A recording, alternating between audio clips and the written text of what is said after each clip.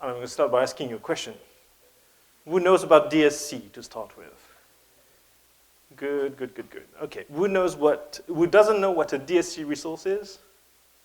Okay, everyone knows what a DSC resource is. So the good thing is, then we can go much deeper if you want to, which is great. I will show you like a little bit. I wasn't sure, so I say, okay, what's DSC and what's a DSC resource? I just wanted to make sure everyone was on the same page. But honestly, that's the only slide I have on this. You just need to understand, and we were just discussing this, there's PowerShell DSC, and then there's the old DSC. So when people talk about DSC, there's many interpretations about what DSC is. You have DSC, so desired state configuration. It's an ecosystem where you have the DSC resources, now managed by the community. And then you also have DSC, the LCM, so the local configuration manager, which is the agent, which is built in on Windows. But then you also have DSC, the DSL, so the domain specific language. And that's how you declare something. So it's a declarative language, so then you can say, hey, I want my node, my VM, to be configured in that state. And then you have DSC, the pull server on the reporting, which is services integrated in Windows up to one of the latest Windows, but that's going to be discontinued as a system. So we can, I think Raymond has a session on that, so you probably can talk more about what those services are. And you have Azure DSC, which is Microsoft Azure creating this pull server on the reporting and all the interface integrations around it for you. And then you have the new thing, which is Azure Policy Guest Configuration. So there's a lot of things when we talk DSC and we don't know which way it is. So I will focus on this session only on one tiny part of it, which is Azure Policy, and specifically Azure Policy guest configuration packages. And I will explain why, but I'm not going to look at all the things. I just want to show you how to create DSC resources for Azure Policy, so how you can use that. Why would you want to use that, maybe? And how to do that, literally looking at the code. So there's not that much slide. There's probably 2 more, and that's mostly what we've got in slides. So you all know what a DSC resource is, so I'm not going to spend too much time on that. And what is guest config? So you can go to that link, akl.ms gcpol. You will have a good introduction, but I just took the sentence, which is audit or configure operating system settings as code. Same as we used to do in the old DSC, but this is the Azure integrated service. You define what you want to audit or what you want to set in code, in PowerShell code in this case. And then you have ways using Azure Policy to apply it, to assign it to different VMs depending on the rules you want. On top of that, there's something which is new to DSC, which is setting up parameters. So before, when we had DSC, everything was written in the MOF, and we couldn't change that. We couldn't modify that. We had to recompile a new MOF. Slightly different now. We can have one MOF, and then we can use parameters to change some of the value for those things. So we have the policy that we apply, and this is Azure Policy. I'm really focusing just on the package. So how do you create a package that then you can use in a policy, upload to Azure, and assign to the VMs? I'm looking mainly on the package. How do you want to write a DSC resource and create a package from that resource so that you can create your own packages and use them in your policies? When you have the package, creating the policy and applying it is pretty easy, and the documentation is on the first link there, gcpol. You can link to other documentations, but people sometimes know DSC a little bit like you do, you know what DSC resources are. So I just want to take you from, you know DSC, let's go into creating a package. It's very familiar. There's a few things we need to do differently. There's some toolings to make it easier for you. And then the other, you will have to do a bit of research for the assignment and the policy side. So let's just focus on the packages. So let's go straight to the demos. Okay.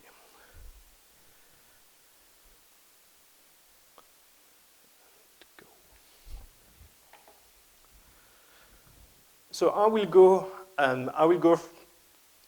when you have your package, I will show you what a package looks like, and then we will walk back, how do you get to the point where you can create this package and author it, and author the module that you need to use. So the first thing is, what is the what is a guest configuration package? A guest configuration package is a fancy zip file which got a MOF and all the DSC resources that you need to have to apply that MOF. So it's pretty simple. You just create a MOF. You just say, hey, that's my MOF. And we know how to do that with DSC, just a configuration script.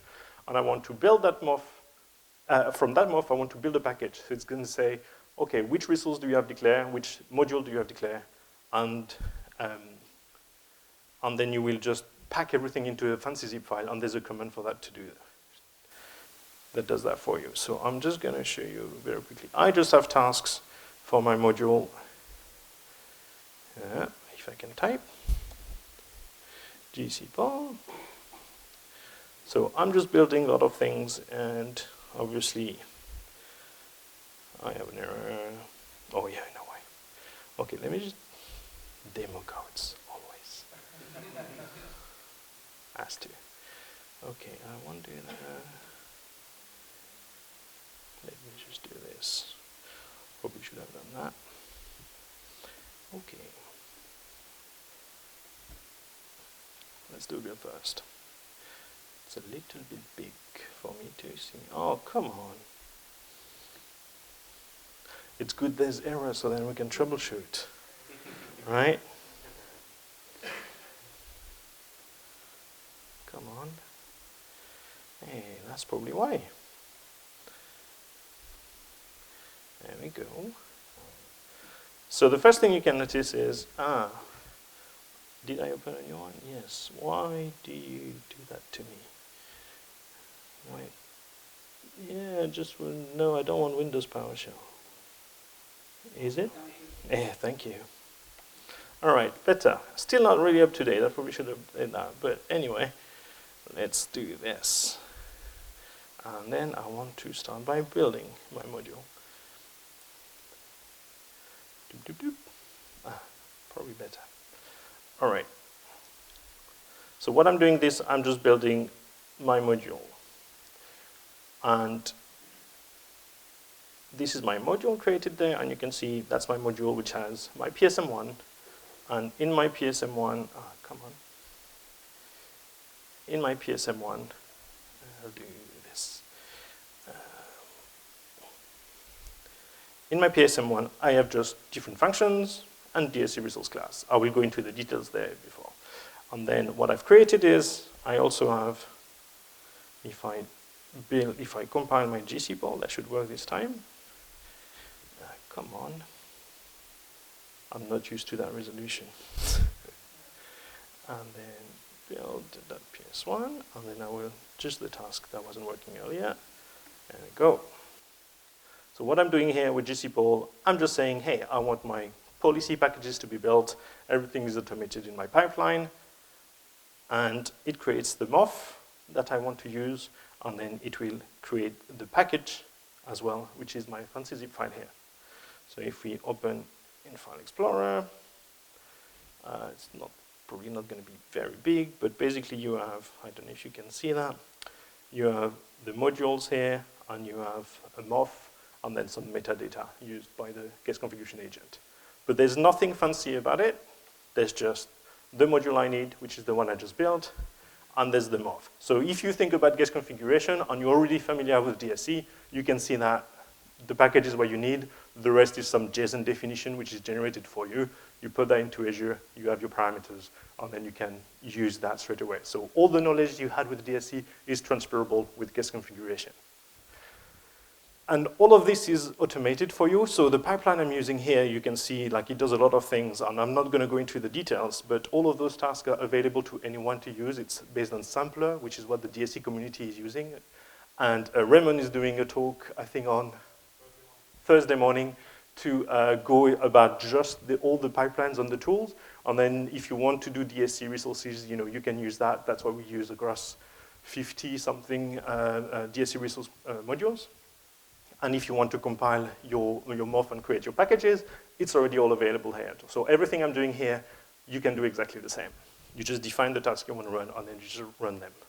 So you've seen the package. It's just a fancy zip file with a lot of things. So you've seen the module, which I just showed you. So how do we get to the MOF? So that's the DSC part. Everyone's familiar with this. So we can look at the script configuration here. So that's my config, oops, sorry. That's a very, very simple DSC configuration. So if you're familiar, you have the configuration keyword here. You define, hey, that's my DSC configuration. Everything inside those curly brackets will be my state definition. And then in this case, I just call that's the name of the MOF that I want to have. So that's why I reuse the same name and the configuration in here. And I would just want to create that MOF. And then that's the MOF that will be the package name I use later. It's just a convention that I use. And then I'll use my DSC resource, which I created just for Summit here. And then the key name, which is, again, is not very relevant. And then you have the path here with the text. And then you have another property here. So path is my key in this case, and we will look into the DSC resource. All right, so I said that we will look at how this is built, but you can see that's a very simple configuration. From this, we can create the MOF, and we've seen the MOF being compiled here. So let me pin that one, and then let's see at the MOF. And we go to the output. It's already done for us. Oops, sorry. The MOF is there. And I have my MOF, which I've been generated just now.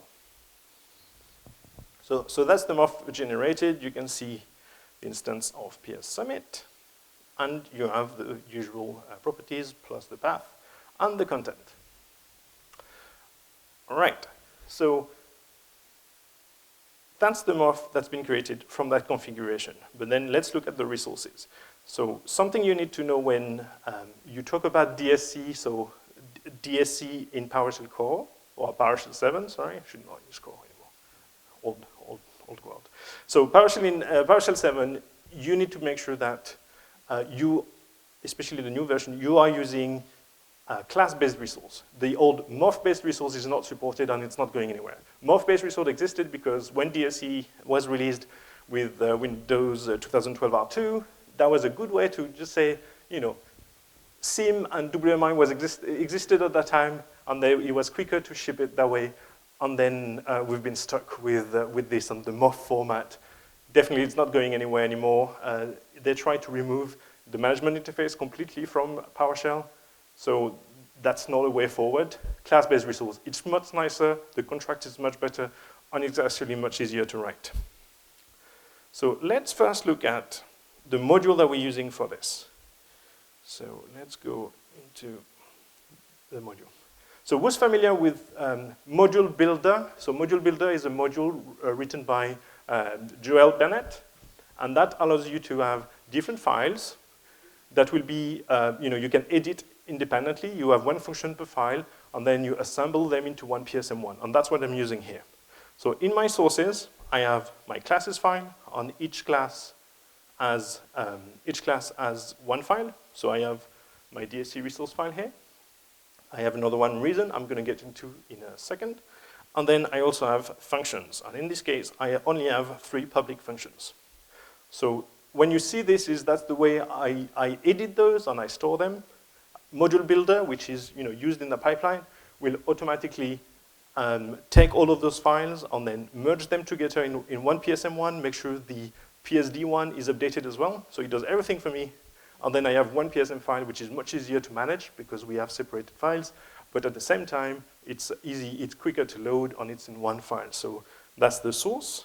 But when I look at my output, so what is built, you see that I have some data here. Submodules, I won't get into the details right now.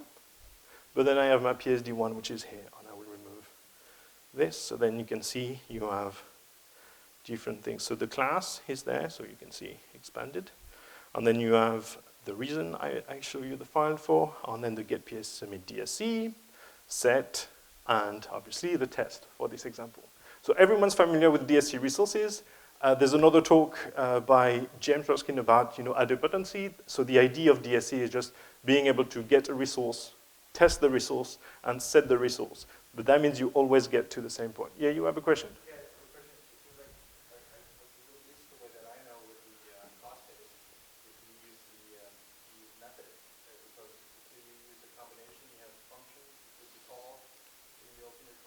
Yes, very good question. We're going to get into how do you write classes. So that's the class, why do I, so the question, if I can rephrase the question is, why do I use functions while I could use methods for my class? And actually I use methods because I have to, right? And then what I'm doing is, yes, I'm calling my function there. So why do I do that? And that's a good question. When you manage resources, there's two ways to approach the problem. So when you have a file, you can do imperative type of action on it, set content, get content, which is exactly what I'm doing actually. Get content, set content, and you can test the content with a get content slash match, and then the regex. That's the same idea, but I use functions because sometimes I want to do it imperatively, like to validate if it works. It's much easier to test because then you just have the function you can test, and then you can test the DSC resource, so you can separate those. And for them, if you use the methods, it's good, but basically DSC is just an interface for iDependency which puts together the get, set, and test. That doesn't mean you will never need to use the functions in other cases.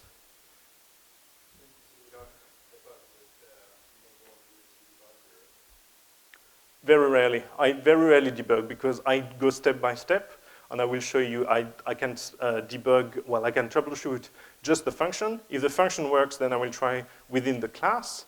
If the class works, I will try within the DSC resource. You have many ways to get to it. So it's much easier for testing. But that's getting a bit more deep into how you design those, and we can discuss that later. No worries. It's just a better approach. So traditionally, we used to put everything into the DSC resource, and it used to be the PSM1 in the DSC resources folder. But it's a much better way of providing, when you write a module that does all of those things, individual actions, imperative actions are still very useful for your users. So it's best, in my opinion, to do both. And I will show you a bigger example later. All right, so that's the resource, and you have the get, set, test. You can see that by doing this, my resource, the resource itself, so that interface with iDependency is only 56 lines long. Everything else is in the different functions, which is, everyone knows, much easier to write. So even if you are the DSC person, if someone writes the PowerShell functions, you can use that to create your DSC interface, and then it's much easier to manage that resource that way. All right. No more questions? Good. So why do I have reasons here? So in guest configuration, well, we found out a long time ago, but in guest configuration, we found out that you have some reportings, you have some information about whether you're compliant or not compliant when you have a DSC resource, but you never know why. And the only way to know why usually is to go through the verbose output and find out why this resource is not compliant. So they thought, well, we should have a convention which is, if something is not compliant, we should say why, and let's use something that can be displayed in the Azure Policy Guest Configuration web interface to say, yeah, there's a code and there's a phrase that will tell me what's wrong with it. So when you look at your reports in Azure, you see exactly why those resources are not compliant. So that's a very useful, and then that still applies to everything which we used to have before. It's the same principle. So we have a pattern which is documented in the guest configuration documentation. But the idea is whenever we do a get, if something is not compliant, let me just go through the code if I can expand. So we get the information, and then if it's not something we expect, in this case, if the file doesn't exist, well, I will add this reason that is returned with the get and says, hey, I have my code, which is file not exist, and then this file was not found, and then I say which path of the file. So then even if you do a get on this information, you realize that, well, I know why this wasn't compliant, and I don't need to go back into the logs or the diagnostics or anything to find out why. Yeah. Yes. Sorry, second? Yes. And in this case, you see if, so in this case, it will be, there's an else if, so it's going to be only one. But in more complex scenarios, and I probably can show you some, you need to have much more details. So let's say you have a user, and the user has many properties that are not correct. you can have one entry for each property which is not compliant. So you can have much more detailed information that, hey, this is not the way it should be. And then you ask, okay, but why? Much easier to do that way, okay? All right. So now we talked about, so that's the thing we know. That's the old DSC, and technically class-based DSC resource also works. So all of those things on compiling, on using those modules, the way to build this resource module, that's what we're doing. So if you want a good example, I think the GA DSC is a very good example because it's based on class-based resource. I don't know if they've updated to Pester 5 testings, but like there's a lot of information. So if you go to github.com/DSC community/GEADSC, that's a very good repository to understand and see, how the community is doing that. All right, so now that you have this, we've seen how to create a DSC resource, how to create the module. The module is compiled together, and then that's done by the automation, but you just put everything into one PSM1 file. We can find it. We can use it in the DSC configuration script. So from this DSC configuration script, we create the MOF, and from the MOF, we create the package. So how do we create the package, sorry? In this case, you don't see it, but there's the guest configuration module, which I will show you there. So if you do find module guest configuration, you will find, actually, you should probably get the latest version, which is the pre-release version. There's some more work going on, I believe, these days. But if you look down on the gallery, if internet is with me, yes, I'm connected, then this is a module you can download, and that helps you create the package. So there's a new package commandlet. You just say, hey, use this MOF, and that will just look in your PS module path for the module required with the right DSC resource, and it will just create the zip file for you. And then just one more thing, and then you have other commands which hopefully I will be able to show you, but I don't know why. Okay, never mind. Thank you, internet. I already have it there, so I can probably do get module list. Guest configuration is there, so that's this version. Only if I do import module, guest configuration, and then get command module. So you have that's the command that you have for guest configuration. So you have new guest configuration package. You say, hey, create a new guest configuration package. This is my MOF file. Zip it up for me, and it's going to do that for you. It's going to leave also the unzip file. Then you can see you have new guest configuration policy. That's the things I'm not going to cover today, but you have the same thing. Once you have your package, once it's uploaded somewhere, you can just say, hey, Azure, look at this package and create this policy for me. So then you can use it in your Azure, in your web interface. You can sign your package if you want to, and then you also have to publish the configuration package. So put it somewhere. And then the policy as well, so telling to Azure, hey, this is my policy with the parameters. And you can also, and those are the ones we're going to cover today, the start guest configuration package remediation. So that's doing the set scenario with the package. So you have the package, you audit. So you're doing the get configuration package compliance status. It says, hey, I'm not compliant.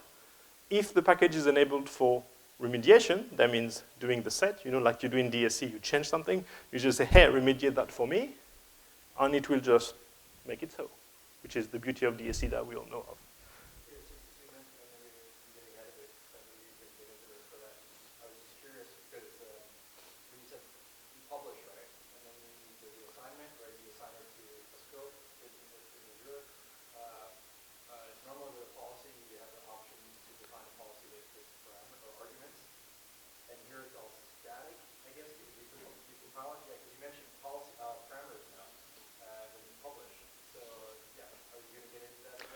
I'm not going to get into that because I'm not going to get into the policy side of things. I'm not going to get into the parameters because it's a bit more advanced. But the idea is, it's possible, yes. So the idea, I will go back to the MOF, so then I will explain what's possible. If we look at the MOF or the package source, that works too. So you can see my DSC resource here. You have the path and the content here, right? That is fixed and static in this document. This is not a variable. It's not something we change. If you create that, you create the morph, you create the package. You know, that's never going to change. But when you create your policy, you can say, hey, those things can be parameters. So then when you go and do the assignments, when you do these within your Azure web interface, you can say, hey, that's the parameter, and that's the values I want to have. So when you create those policy, when you create the policy in the package, you can say, hey, those are parameters. Because they get a little confusing because you actually compile this, right? And that's in the package. But then it seems very static. And so how... It's static because, yeah, that's the old way we think about it, and we think it's static. It's not static anymore with a guest configuration. But then why have the model in there? You need to have something.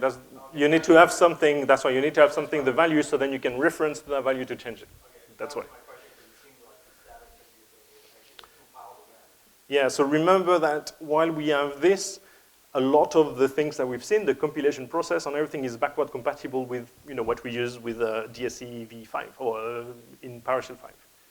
So you need to have it backward compatible, so you need to put something here, otherwise it would not compile. So that's why you also have the challenge. So the node that you define there doesn't actually reference anything?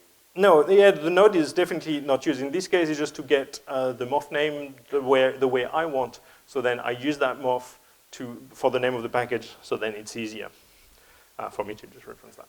Just a question. I'm not familiar with Azure guest configuration or policies. Is this like an alternative or a replacement for, like, say, group policy in a traditional AD environment? It depends. It's the same question that we always had with DSC. Okay, is DSC a replacement for group policy or anything? Is it? It can be. For most of the things, maybe not for everything. You always have things which are slightly different. User preference is an example. There's always a challenge and there's always a balance. The benefit there is this is code, much easier to define. And then you have data, which also means that you can set the data and organize it in a different way. It's not a click-click thing. You can make it a click-click thing as well. It's very good for experimenting, discoverability as well, because through the Azure UI, you can go and click and find those policies, but then you can also use code bicep and things like that to apply. So with Azure guest, you could use group policy, but this is sort of an alternative that's better? So there's no competition. Yeah, it's different. So there's no competition between those things. So between Azure Automation DSC and this, there's no conflict because it's a different agent. It still uses an agent, but it's different. You can use that on-prem and other cloud through Azure Arc as well. But that's the part I'm not going to talk about, or I'm trying not to talk about. And hopefully, so the PM is Jody Boone, and I believe she's going to swing by tomorrow or maybe Thursday. So when she's there, I'm going to wave to everyone so then you can see and introduce her. And Jason will do as well, right? We're going to corner her somewhere, and then hopefully she can present herself. But I'm just trying to focus on, you know what DSC resource is. Let's build a package, and that's what we've done so far. So now we need to test the package. And I said we're going to do that for Linux. So this, let me show the code again. This module is very basic and very dumb. It just looks at a file, makes sure the file has the right content based on the key, right? So if we look at the functions here, I'll show you the set. The set is just looking, I have a path parameter, a content parameter, which is just, what we use in a file. This is just a dummy function because it's very simple to write, and you can understand, what we can do with it. So now, I said I want to do that on Linux, but I've been editing everything on Windows right now. And I use something, I don't know, who's familiar with Test Kitchen? No one? I know. So, yeah, you know. I think the first session in PSHSummit that's been done was maybe in 2014 by Steven Murawski. And for me, there was like aha moments where you know how you can test on different VMs. So we created the package. It's there. No, it's not there. It's there. That's my GC package. That's my fancy zip file. I know my package is going to set a file the way I want, and I want to be able to test it. So I need to write a best test that validates this for me. So I wrote that for you. So if I go to my tests here, And I've put them nicely. I may have unit test in this case. At the moment, I don't, just to make it quicker. But then I can show you my test for this. You remember the guest configuration module I showed you? There's a few functions you can use. In this case, there's the get configuration package compliance status. Say, hey, run this package. It's got the MOF, it's got the module, it doesn't need anything else. So as long as you update the package, you say, hey, get me the compliance status for that one, sorry. And then you can just look into the VM and say, hey, am I compliant or not? And then you return the value, and then you can say, hey, is the compliance status true or false? And in this case, the first time run, it should be false. And then we can say, well, it was false, so let's try to remediate it. So let's start the remediation, and then do another get to make sure that we get the latest value, and then this time it should be true. All right? But, so if I go here, actually, I just need to load my secrets for test kitchen, and then I have my kitchen command, which is kitchen create, kitchen converge, kitchen verify. In this case, I just run the verify. Oh, I'm going to show you the list first. So kitchen is a tool I use to say, hey, I have these things I want to test, and that's whether it's DSC or whether it's PowerShell or whether it's anything. It was created by the Chef community originally to test just Chef resources. Same principle here. What I want to have is, okay, that's the VM I already created. You can see the driver I use. The provisioner is shell. We'll get into more details.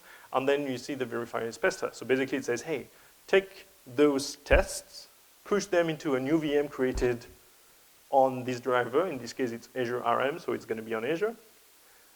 And do that, transfer all of this over SSH, run that pester things for me, and tell me the result. So, kitchen, so let's verify this. If I can type, there we go. So all of those things is just zipping up everything I have, pushing it over SSH, so SC copy kind of thing, installing pester on the remote VM, and then running the test for me. And then one of the tests, the package is available, it's running, you know, the guest configuration module command now, it fails, it fails, I know why. Did kitchen provision a new VM replace? In this case, I did it before. And because I did it before and run that before, if you remember my test, it's already fixing it, but I'm not removing the fix. So so it failed, my test failed, which is good. Never trust a test that never failed, right? But in this case, okay, how do we do that? So let me just delete my remote VM. So kitchen, destroy. So delete my remote VM. It's going to take some time. That's why I wanted to prepare it before. And then we will, so it's doing it, it's tearing it down. And then I will do again a verify. And now you will see, it's creating a new resource group. It's deploying my resource group. Now we need to wait for the VM to spin up. It's a Linux VM, it's a Ubuntu VM. And then it needs to set it up. So I need to have PowerShell installed, which when you spin up a new VM, you don't necessarily have PowerShell. It depends on your image or what you're using. In this case, I don't, so I will have to run some commands on this remote machine to install PowerShell, which is automated with Test Kitchen. Then it will make sure the provisioning is done. In this case, it's just installing the guest configuration module for me. And when that's done, it will do the verifier, which is what we just saw, zipping up the package, pushing it to the remote VM, running pester. So it's going to take maybe a minute. So you see, I finished deploying my VM. I guess it's waiting for the VM to be available. In this case on SSH, that should not take too long because the Wi-Fi is good so far. You see I have my public IP address there. That's why I don't trust it at all because it's quite open, but at least it's there. Oh, you see connection failed, there you go, connection succeed, went over SSH, automatically running the commands I asked, which is installing PowerShell. And you know all the dependencies. Updating, there we go, setting transport. There's a few more things to be done. I will show you the configuration done. But that's a Ubuntu machine. And you see, unpacking PowerShell, setting up PowerShell. That's the latest version, but you can pin version, how you want to have. And that's running on Ubuntu. But then think, if you want to test on Ubuntu, CentOS, whatever, other distro, well, you can do the same thing, you just have to have different platforms, so different VMs that you want to have. And then those different VMs, you can just run the same thing, and it will automatically do in parallel, as an example. You just say, hey, do all of those on test, so then you have consistency across different distros. So that's the provisioning step, which is in this case is just installing PSDSC 205, not the guest config come later, I guess. And you can see that's the logging, logging from its test kitchen, logging into that remote VM. And now it's doing the pest test we did before, and then this one should be green because we haven't polluted this environment yet.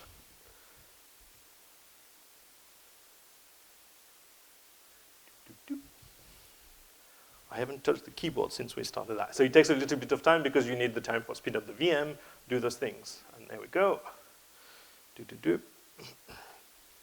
So that's I should have actually turned off the verbose thing, but. Yeah, go ahead. You can, but you may not want to. It depends what you're managing.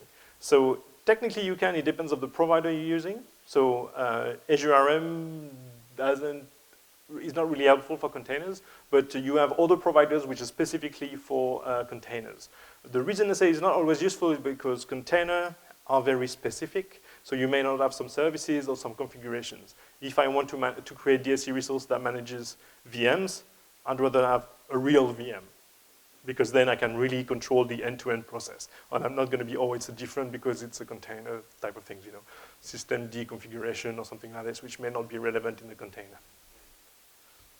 But in theory, yes, if you're just managing packages, an example, or testing some packages, makes sense, quicker, definitely try that, yes. So you see that one is actually all tests passed because it wasn't polluted, so that worked. So when I'm done with it, well, you saw that before, kitchen, destroy.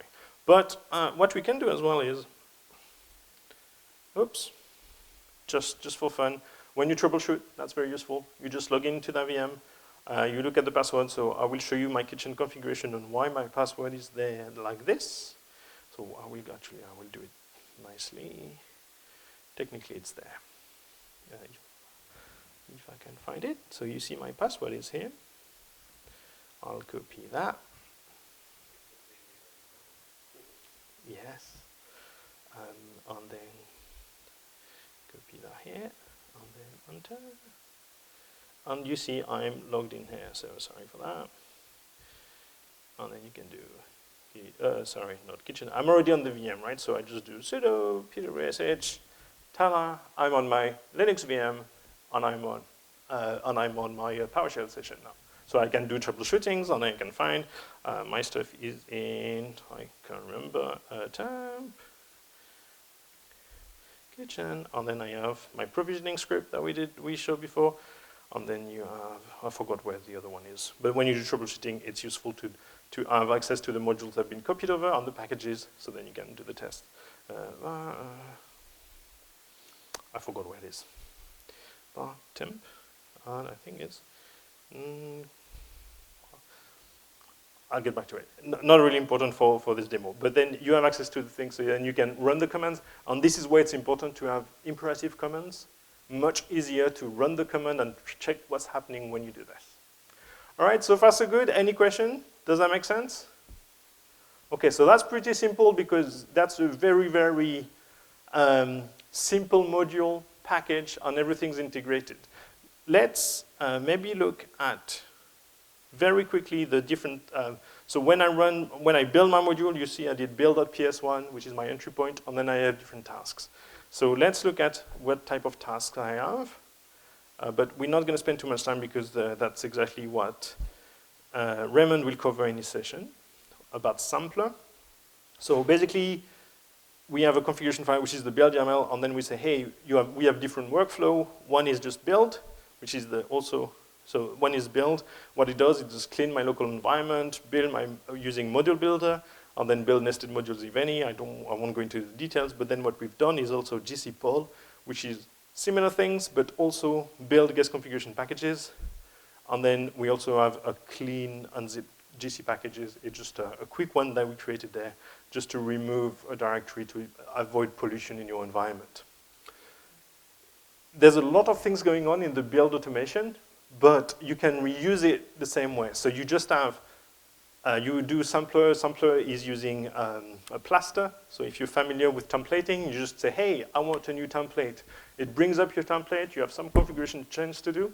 And then you can very quickly create your module, just add your functions, your class, DSC resource, and then you add a new folder for your GC packages, create a configuration script, and hey, you go, you can compile your guest configuration package.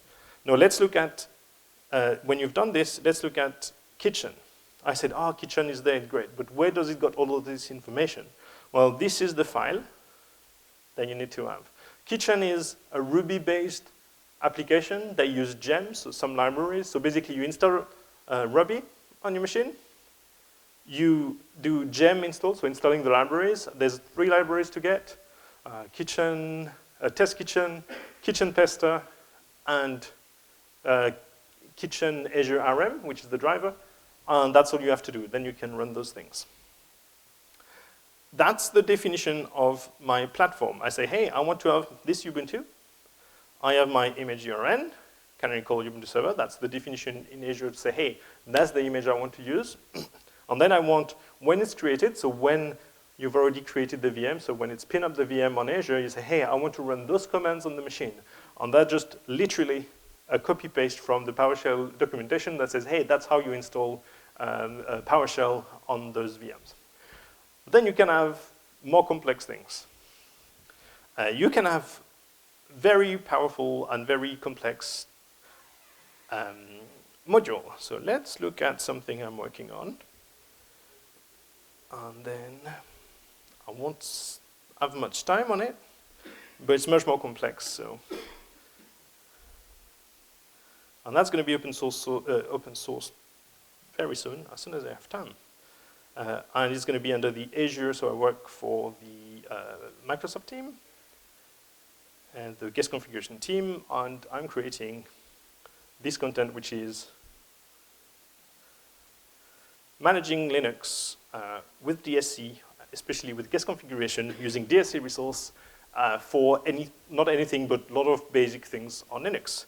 So what do we have is we have NX tools module, and you can find it already in the gallery.